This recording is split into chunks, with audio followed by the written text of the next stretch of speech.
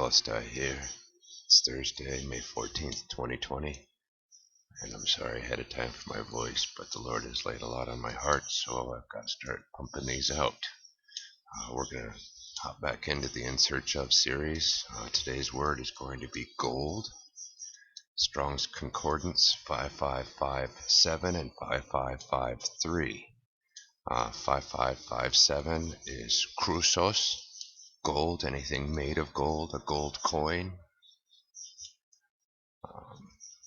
5553 is Crucion, a piece of gold, gold ornament, gold viewed in terms of purchasing power, what it brings about. And then hopping into the Word of God, in the ISV, we have 451 matches. In the King James, it's 417. So since we have more gold in the ISV, we're going to hop in there. And I'm going to start with Job. Or princes who amassed gold for themselves, and who kept filling their houses with silver. Bury your gold nuggets in the dust, and your source of gold among the stones in a stream bed. And the Almighty will be your gold and your refined silver, because he knows the road on which I travel. When he has tested me, I'll come out like gold. Surely there are mines for silver in places where gold is refined, where stones are sapphire and gold dust can be found. You can't buy it with gold, and its value cannot be calculated in silver. Psalms.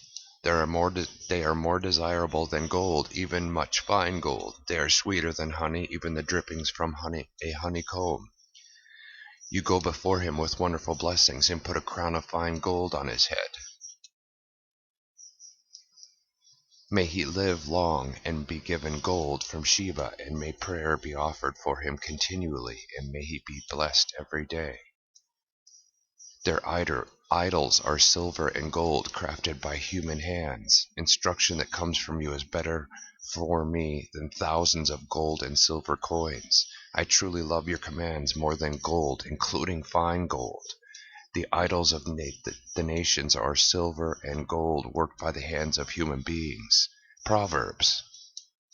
Because her profit is better than the profit of silver, and her yield than fine gold. Grab hold of my instruction in lieu of money, and knowledge instead of the finest gold. My fruit is better than gold, better than even refined gold, and my benefit surpasses the purest silver. Like a gold ring in a pig's snout is a beautiful woman without discretion. How much better than gaining gold is the acquisition of wisdom, and the attainment of wisdom better than silver. Ezekiel. Their wheels and their construction details looked like gold-colored beryl.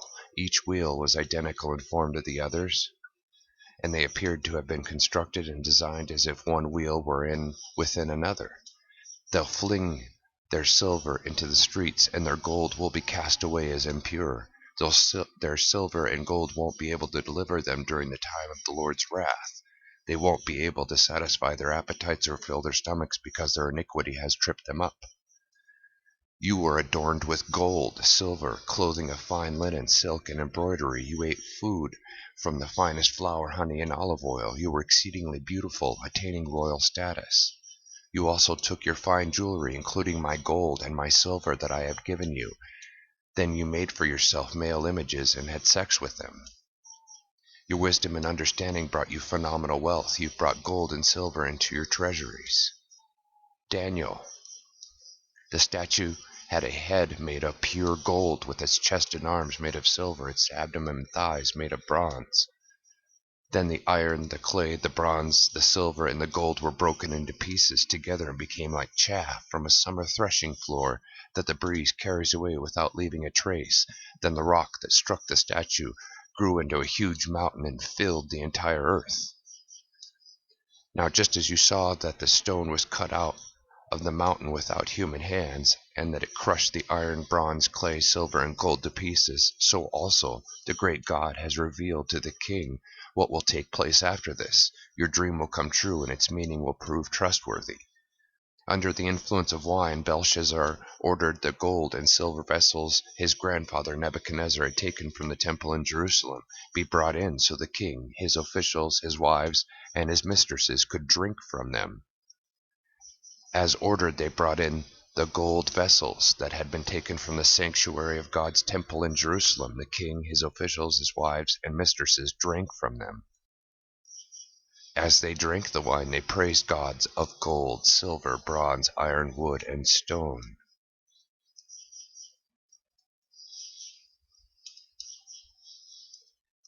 First Peter, so that your genuine faith, which is more valuable than gold that perishes when tested by fire, may result in praise, glory, and honor when Jesus the Messiah is revealed. For you know that it was not with perishable things like silver or gold that you have been ransomed from the worthless way of life handed down to you by your ancestors. Your beauty should not be an external one, consisting of braided hair, wearing of gold ornaments and dresses. And the book of Revelation. Then I turned to see who was talking to me, and when I turned I saw 7 gold lampstands. Among the lampstands there was someone like the Son of Man. He was wearing a long robe with a gold sash around his chest. The secret meaning of the 7 stars that you saw in my right hand and the 7 gold lampstands is this. The 7 stars are the messengers of the 7 churches, and the 7 lampstands are the 7 churches. To the messenger of the church in Ephesus write, the one who holds the 7 stars in his right hand, the one who walks among the 7 gold lampstands says this. Therefore I advise you to buy from me gold purified in fire, so you may be rich, white clothes to wear, so your shameful nakedness won't show, and ointment to put on your eyes, so you may see. Among the throne were 24 other thrones. On these thrones sat 24 elders wearing white robes and gold victors' crowns on their heads. The locusts looked like horses prepared for battle. On their heads were victors' crowns that looked like gold, and their faces were like human faces. When the 6th angel blew his trumpet, I heard a voice from the 4 horns of the gold altar in front of God. Then I looked, and there was a white cloud. On the cloud sat someone who was like the Son of Man, with a gold victor's crown on his head and a sharp sickle in his hand. Cargo of gold, silver, gems, pearls, fine linen, purple cloth, silk, scarlet cloth, all kinds of scented wood, all articles made of ivory, all articles made of very costly wood, bronze, iron, marble. How terrible it is for that great city that was clothed in fine linen, purple and scarlet, and was adorned with gold, gems, and pearls. Its wall was made of jasper, the city was made of pure gold as glass. The 12 gates were 12 pearls, and each gate was made of a single pearl. The street of the city was made of pure gold, as clear as glass. Taking a look now, Genesis has 8 verses with gold in it, 8 matches. Exodus is by far the most with 86 verses, 105 matches. Revelation has 20 verses with 22 matches. I'm going to do something a little different, brothers and sisters. I'm going to relate this In Search Of series with America and our finances today. So let me just hop right in there without ado. Hopefully you recall from earlier how the Federal Reserve System of the United States of America is not a government entity, but is in fact a privately owned for-profit corporation. The people who own that corporation are also the people pulling the strings of the New World Order agenda, using the money they control through the Fed to expedite the Great Plan to completion.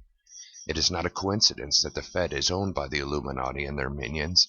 It is in fact an integral part of the Great Plan. If you're not familiar with the Great Plan, the people that truly run this world and have been truly running this world ever since Cain had a son and called him Enoch and built a city for him, evil men have been allowed to be in charge. God has allowed this so that they would not destroy those who chose God.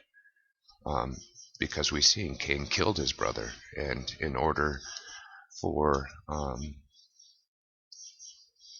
the people to have a choice to be able to choose God, he had to allow the evil people to rule, and they've been ruling ever since. These evil people are following from a plan given down by Lucifer, and we are seeing the finalizations of those plans right now as I speak, which is the reason I'm doing this video today and including this part into this video. The plan that Lucifer handed down to them, and they've been handing to each other since time immemorial, is called the Great Plan. If you do not know about this, I suggest you look it up. Complete control over the world's financial system is the primary route through which the Illuminati are able to implement the completion of the Great Plan, and we are getting darn close to completion.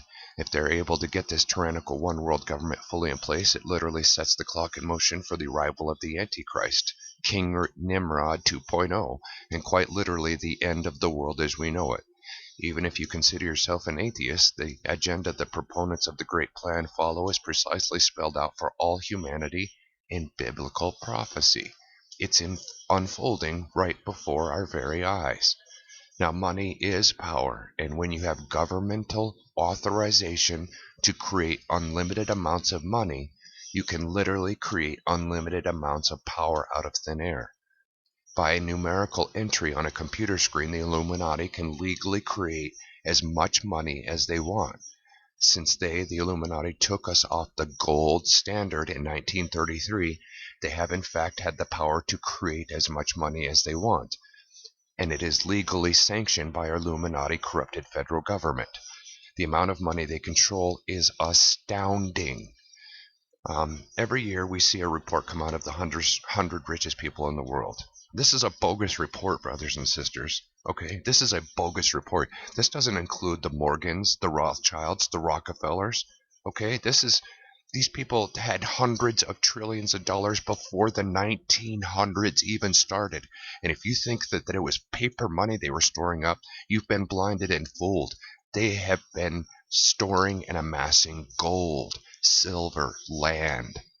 That's where their riches lie. Not in paper money, not in digital numbers on a computer screen.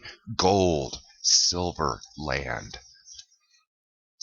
The amount of money they control is astounding. They could be doing so much good with it, but instead they use it for their diabolical plans of the global enslavement of mankind, for bringing in the New World Order.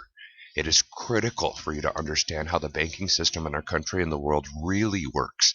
And I'm talking purely the facts here. It's going to seem too simple to be true, but the system put in place by the bloodline families of the Illuminati, who for all intents and purposes own and control nearly the entire world banking system, was explicitly designed to rob us of our money and put us in debt to the group of Luciferian promoting the Great Plan's agenda. Money today is a commodity. The scarcer it is, the more valuable it is.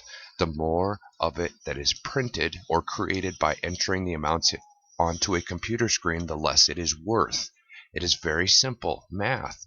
When the Fed prints a lot of money, you get what is called inflation. This is the exact definition of inflation, in fact, the inflating of the amount of money in the money supply. More inflating, the dollar is worth less because there is more of them in circulation. It's factually just simple math. The private owners of the Federal Reserve are loaning the United States government money they don't physically possess so they can charge us interest and take profits they haven't earned and don't deserve. They intentionally row the economy up and down by inflating and then deflating the currency, and since they know what is coming in advance, the bloodline families who own the Federal Reserve are able to make appropriate investment decisions and siphon wealth off of us that way also. Right now, the Illuminati are finishing their money scheme swap for huge amounts of the material possessions on Earth. They took all that money they made out of thin air, used it to buy up huge stores of gold and other precious metals, tangible assets like corporations, mortgage-backed securities, and used it to build up the military corporations they own to protect their assets after the system crashes and burns. They are turning their monopoly money into tangible assets right now and have been since 1913. When the pyramid scheme comes crashing down in the next few years, you will be left holding worthless monopoly money while they are left holding trillions of dollars worth of physical, tangible assets, including your house, if you owe on it and are unable to make payments because of a decimated economy. The financial crash in 2008 is absolutely unequivocally nothing at all compared to what is coming. As the United States' grip over the world economy slowly slips away and people no longer view the US dollar as a good investment, the value of the dollar will begin to collapse. Slowly at first, but surely the dollar will be worth less and less in shorter and shorter amounts of time. From that point, it is merely a death watch for the dollar to crash, hyperinflation to set in, and what's left of the U.S. will be finished. There will be rioting. There will be concentration camps. There will be martial law and worse. We will talk money. You can't live without it. Everybody needs it, and you never seem to have enough of it. At least this is how the world currency operates under the Great Plan. There has been a need for money or something tangible that could be traded or exchanged for goods or services for a millennia. In the earliest history of mankind, it was all about bartering, trading particular items for a different item or items that were needed. The first items to be used as money were staples of the day: cattle, grain, weapons, basically anything that had tangible value. This worked fine for a millennia, but as humans advanced, they came up with new ways to accomplish bartering, and money was invented. Around 1000 BC, the Chinese were the first to make metal coins to be used as currency, and around 700 BC, the Lydians became the first people in the Western world to make coins made of metal to be used as a medium for exchange. Countries throughout the known world were soon mining their own coins with specific values. Metal was used because it was readily available, easy to work with, and could be recycled into new money as it wore out. Since coins were given a certain value, it became easier to compare the cost of items people wanted and thus facilitated trade. With the introduction of paper currency and non-precious coinage, commodity money, which means the coins actually had material value unto themselves, such as silver or gold, evolved into representative money, the metal slugs we called coins today. This meant what the money itself was made of no longer had to be very valuable. For a majority of the 19th and 20th centuries, the majority of the world currencies were based on a commodity money through the use of silver and gold. Due to the results of the Great Depression, the majority of the world's private gold reserves in the form of coin and bullion at the time were taken up by the Illuminati-owned central banks of the Western world, and the commodity money was replaced by representative or fiat money, which is only worth something because the government says it's worth something. In other words, the money is only as valuable as the word and credit of the government backing it. We continued to use silver from the Great Depression era on until 1964, when the U.S. government ceased to make our coins out of 90% silver, which meant they actually had value to them. Now our coins are made of copper and zinc and have value in name only. Money is now given value by a government decree. In other words, enforceable legal tender laws were made. By law, the refusal of legal tender money in favor of some other form of payment is illegal. Fiat money made of paper is now being replaced by computerized fiat money. So in effect, we are heading down a road where no money at all changes hands between humans. It all happens in cyberspace under the control and watchful eyes of the Illuminati-owned central banks of the Western world. This ever-growing control and monitoring of our money is how we spend it will eventually give rise to what the Bible calls the mark of the beast, where no human may buy or sell anything without the permission of the one world government. I'm now going to go over how fractional reserve lending works, which is a majority of the money we use today and in the world is created. Money first originates with the central banks, but what happens after it leaves the central banks and goes into the national banking system is pure madness. It is nothing more than a giant pyramid scheme that if you or me tried to execute today, if we tried to do this, we would be thrown instantly in jail. This isn't a problem, however, when you literally own and control the government. Fractional reserve lending historically came about in the 16th century. I think it came about with the Knights Templar, but I'll just leave it at that. As trading increased dramatically, it became cumbersome, not to mention dangerous for merchants to lug around large quantities of gold. So instead, they would deposit their gold with a known goldsmith. This is how the Rothschilds started, if you know about them, and how they got their beginnings. They were gold merchants. Okay, that's how they got started. Gold merchants, traders. So they would deposit their gold with a known goldsmith, get a receipt for that gold. The receipts would then be traded around instead of the gold, with the merchants knowing that they could go and get the actual physical gold whenever they wanted. Here's how it went bad back then, just as it has today. The goldsmiths noticed that hardly any merchants ever came to exchange their receipts for the physical gold. They were just using the receipts for their gold to trade with. The goldsmiths caught on to this fact and started loaning out the gold they held for the merchants to other businesses and private parties, and collected interest on the money that really should have been kept locked up in their vaults. Not only this, but they began to generate receipts for gold that they didn't even possess, just like today. This was the start of fractional reserve banking, and it's how the banking system works today. There are many, many, many, many more receipts, which is what dollars are, than there is anything tangible such as gold to back them up with. This is very important method of societal manipulation you need to understand here, and it's worth reading and rereading and listening and re-listening to this until you understand that the money and the seriousness of this scam really sinks in for you. Fractional reserve banking is the banking practice in place today, sanctioned by the government, in which banks keep only a fraction of their deposits in reserve as cash and other highly liquid assets and lend out the remainder.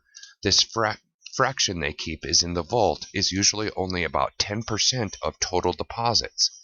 This means if everybody that had money at a particular bank went to withdraw their money, only 10% of that money that is spoken for by the general public would be available for withdrawal. And that's the truth. Your money's not really there. It exists only as numbers on a piece of paper, a computer screen, or in your mind. By the mechanism of its actions, the practice of fractional reserve banking expands the money supply beyond what it would be otherwise, and creates artificial growth and retraction cycles in the economy, or bubbles and busts. Because of the prevalence of fractional reserve banking, the broad money supply of most countries is a multiple much larger than the amount of base money created by the country's central bank. That multiple, called the money multiplier, is determined by reserve requirement or other financial ratio requirements imposed by financial regulators and by the excess reserves kept by commercial banks. Central banks like our Federal Reserve are the entities that mandate reserve requirements that require banks to keep a minimal fraction of their demand deposits as cash reserves. Again, this is about 10%. This both sets a limit to the amount of money creation that occurs in the commercial banking system and ensures that banks have enough cash ready to meet normal demand for withdrawals. So, this is where the fractional reserves lending gets tricky and unbelievable, so follow closely. Let's say Edward goes to the Bank of America and gets a loan for $10,000 for whatever. The usage by Edward of this money is irrelevant. He takes his check for $10,000 from the Bank of America and takes it to another bank he has an account at, say Chase Bank. Chase takes the deposit and credits his account. Chase is then able to take $9,000 out of that $10,000 deposit and loan it out, keeping the $1,000 not in the vault, but on hand in the form of a mere computer entry. Let's say a man named George walks in right after Edward and borrows $9,000 and takes it to another bank he has an account at, say Bank of America, and deposits the money. The process just keeps repeating itself indefinitely, creating pure monopoly money back and forth just between these two banks. This is a very simple analogy, but it is a fact. Not only do situations like this happen, but then you throw in a second, even more maddening situation. how the money came into existence in the first place. The money at the base of this pyramid scheme was literally created out of nothing. It's just numbers on a screen. That's all it is. Made by the Federal Reserve. This money, which came from nothing and is backed by nothing, is called fiat currency. Fiat currency is the money that is not backed by gold, not backed by silver, and was the sole intent of paper money to start with. Today, our money is not backed by gold or silver and is only worth something because the government tells us it is. This money that originates with the Federal Reserve computer entry, if you even want to call it money, is then loaned at face value plus interest to our federal government. You and I are paying national debt interest on monopoly money to the Illuminati that created it out of thin air. And it's a complete enslavement. There's no other word for it. And slavery was the intent by the proponents of the New World Order all along. Again, under the Federal Reserve System, when a new dollar is issued, we pay taxes to pay for the dollar as the principal debt plus interest on the created out of nothing dollar. We as American taxpayers pay for each new dollar twice. And who gets the money? The Illuminati, the bankers. According to the Constitution, the taxpayers should only pay taxes for paper, ink, and the printing costs for the new money and should reap the benefits of its usage. Why should we give bankers the right to print money on a printing press and screw us over? That's exactly what's happening. And that's not even the worst part. We are hit with the hidden tax called inflation, which is the intentional devaluing of our money. The Federal Reserve has to constantly pump more money, more base money into the economy in order to cover the interest and principal on the original money loaned out to the government, plus the interest on the interest of the pretend money. And they get to print more money to pay the interest on